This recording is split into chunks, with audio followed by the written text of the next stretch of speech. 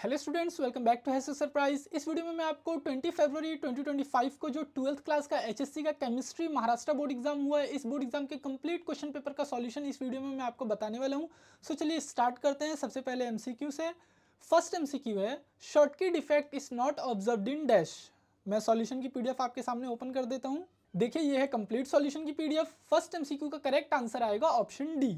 उसी तरह से सेकंड एमसीक्यू, जिसके अंदर आपको कैलकुलेट करना था फ्रीजिंग पॉइंट, सो इसका करेक्ट आंसर आएगा ऑप्शन डी। ये आंसर कैसे आया, इसका कंप्लीट एक्सप्लेनेशन भी इस पीडीएफ में प्रेजेंट है। याद रखना है, एमसीक्यू के लिए बोर्ड एग्जाम में आपको कोई एक्सप्लेनेशन नहीं लिखना होता है। पीडीएफ में एक्सप्लेनेशन इस वजह से लिखा हुआ है सो दैट आपको समझ में आए कि ये आंसर कैसे आया।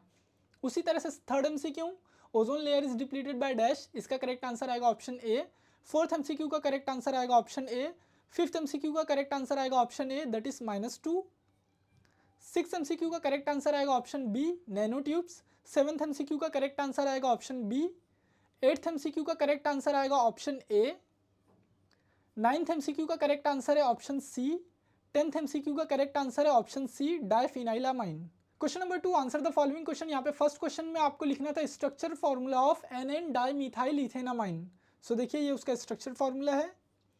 क्वेश्चन नंबर 2, यहाँ पे आपको लिखना था reagents for the reduction of carbonyl group in Clemmensen reduction.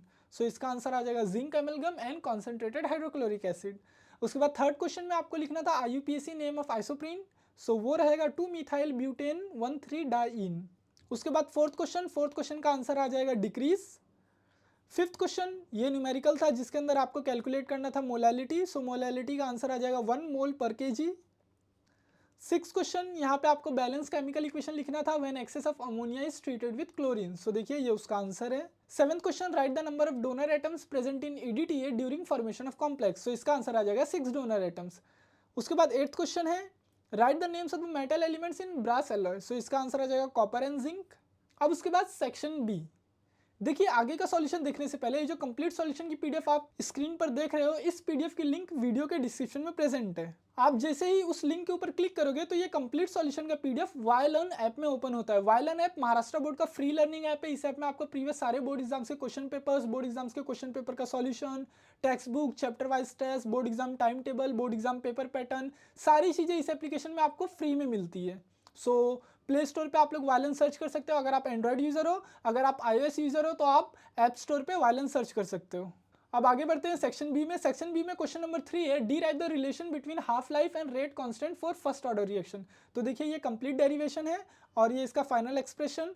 उसके बाद क्वेश्चन नंबर 4 है, जिसके अंदर आपको लिखना था हेनरीज लॉ एंड देन आपको डिफाइन करना था ऑस्मोटिक प्रेशर। तो देखिए ये हेनरीज लॉ का डेफिनेशन एंड देन ये ऑस्मोटिक प्रेशर का डेफिनेशन। क्वेश्चन नंबर 5 में लिखना था difference between lanthanides and actinoids. तो देखिए ये डिफरेंस है।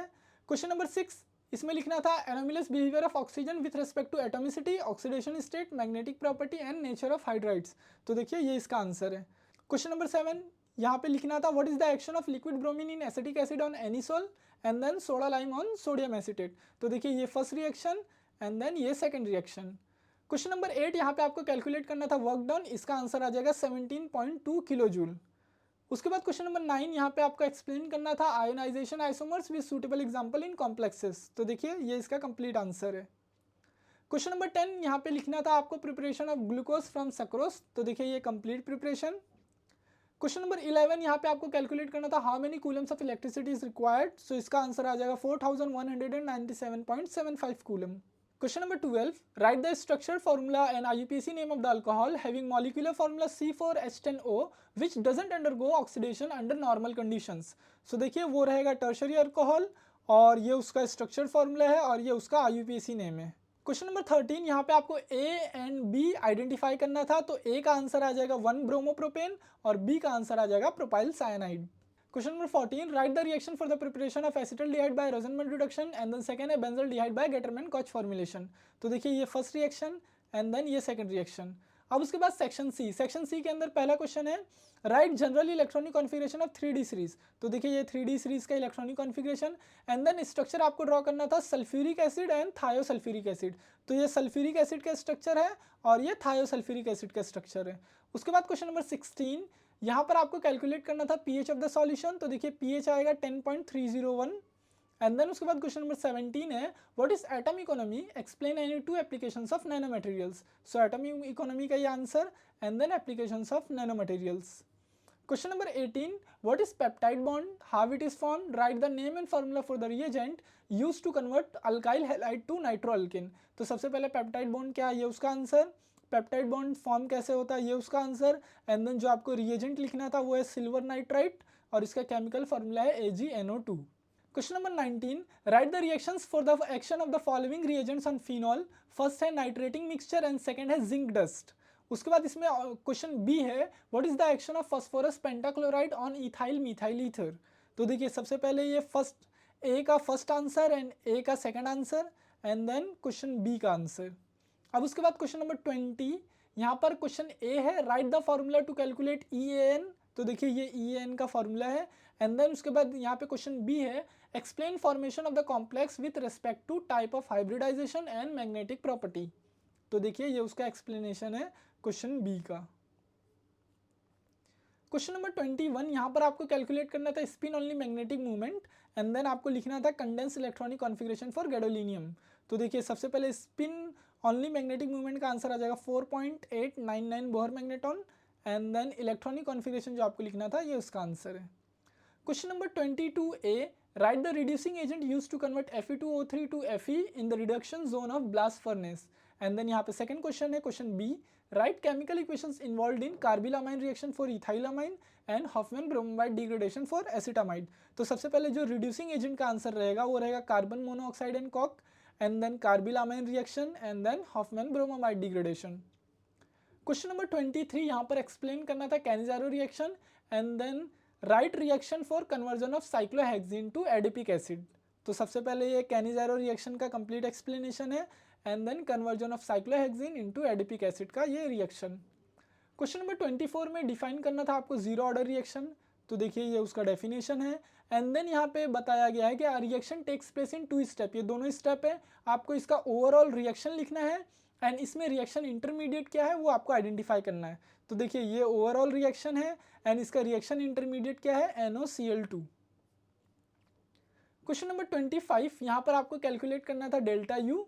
सो देखिए ये इसका कंप्लीट सॉल्यूशन है और ये इसका फाइनल आंसर।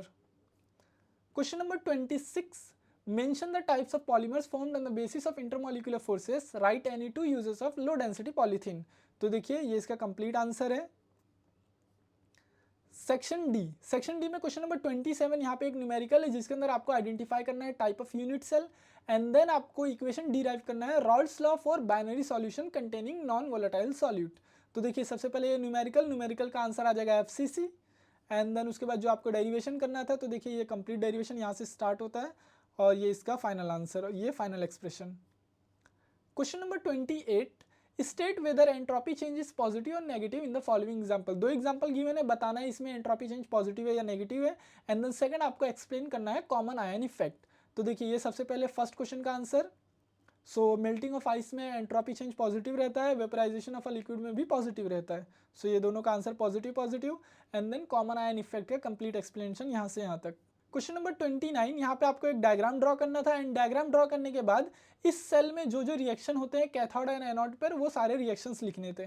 तो सबसे पहले ये तो डायग्राम हो गया एंड देन उसके बाद इसके सारे रिएक्शन। सो ऑक्सीडेशन रिएक्शन जो एनोड पर होता है ये पूरा सारा रिएक्शन है एंड रिडक्शन एट कैथोड का पूरा रिएक्शन है एंड देन इसका ओवरऑल रिएक्शन।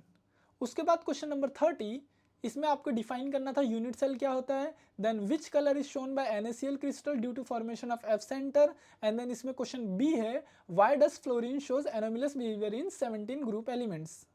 सो फर्स्ट का आंसर आ जाएगा यूनिट सेल का डेफिनेशन, सेकंड का आंसर जो हमें कलर बताना था वो है येलो और फ्लोरीन एनोमलस बिहेवियर क्यों शो करता है ग्रुप 17 में, ये उसके रीजंस है, 4 रीजंस। अब उसके बाद question number 31, write salient features of SN2 mechanism and then उसके बाद आपको लिखना था 2 केमिकल रिएक्शन, एक है action of bromomethane on bromobenzene and action of bromomethane on mercurous fluoride. तो देखिए सबसे पहले ये salient features of SN2 mechanism, ये इसका आंसर यहाँ से लेके यहाँ तक का। देन उसके बाद जो 2 रिएक्शन लिखना था ये फर्स्ट रिएक्शन हो गया और ये सेकंड रिएक्शन। सो ये कंप्लीट सॉल्यूशन था। प्लीज़ वीडियो को लाइक करना, PDF की लिंक वीडियो के डिस्क्रिप्शन में प्रेजेंट है। अगर अभी तक चैनल को सब्सक्राइब नहीं किया तो इस तरह के और भी सॉल्यूशंस के फ्री वीडियोस के लिए चैनल को सब्सक्राइब जरूर करें।